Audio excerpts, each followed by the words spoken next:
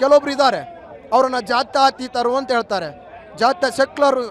ಅವ್ರು ಏನು ಹೇಳ್ತಾರೆ ಅಂತಂದರೆ, ಜಗತ್ತಿನಲ್ಲಿ ಎಲ್ಲೇ ಅಲ್ಪಸಂಖ್ಯಾತರು, ಅವರು ಮುಸಲ್ಮಾನರು, ಕ್ರೈಸ್ತರು, ಬೌದ್ಧರು, ಪಾರ್ಸಿ ಯಾರಿಗೇ ಆಗಲಿ ತೊಂದರೆ ಆದಾಗ ಇದೇ ಫ್ರೀಡಮ್ ಪಾರ್ಕ್ನಲ್ಲಿ, ಇದೇ ಟೌನ್ ಹಾಲ್ನಲ್ಲಿ ಮಾನವ ಹತ್ಯೆಯನ್ನು ನಿಲ್ಲಿಸಿ ಅಂತ ಪ್ಲೇ ಕಾರ್ಡ್ ಬಂದು ನಿಲ್ಕೊಂಡಿರ್ತಾರೆ. ಯಾರು ಜಾತ್ಯತೀತ ಅನ್ನೋರು, ಯಾರು ಸೆಕ್ಯುಲರ್ ಅನ್ನೋರು. ಕೆಲವೊಬ್ರು ಇನ್ನೂ ಏನೋ ಗೊತ್ತಾ, ನಾನೇ ದೊಡ್ಡ ಸಾಹಿತಿ, ನಾನೇ ದೊಡ್ಡ ಪ್ರಗತಿಪರ, ನಾನೇ ಪರಿಸರವಾದಿ ಎನ್ನುವ ಸ್ವಯಂ ಘೋಷಿತ ಬುದ್ಧಿಜೀವಿಗಳೇನಿದಾರಲ್ಲ, ಅವ್ರು ಯಾರೂ ಈ ಹತ್ಯಾಕಾಂಡವನ್ನು ಖಂಡಿಸ್ತಾ ಇಲ್ಲ. ಯಾಕೆ ಖಂಡಿಸ್ತಾ ಇಲ್ಲ ಹೇಳಿ? ಅಲ್ಲಿ ದೌರ್ಜನ್ಯಕ್ಕೆ ಒಳಗಾಗಿರೋದು ಒಬ್ಬ ಹಿಂದೂಗಳು, ಮುಸಲ್ಮಾನರು ಅಲ್ಲ, ಕ್ರೈಸ್ತರು ಅಲ್ಲ, ಪಾರ್ಸಿಗಳು ಅಲ್ಲ, ಬೌದ್ಧರು ಅಲ್ಲ, ಇನ್ಯಾರೂ ಅಲ್ಲ.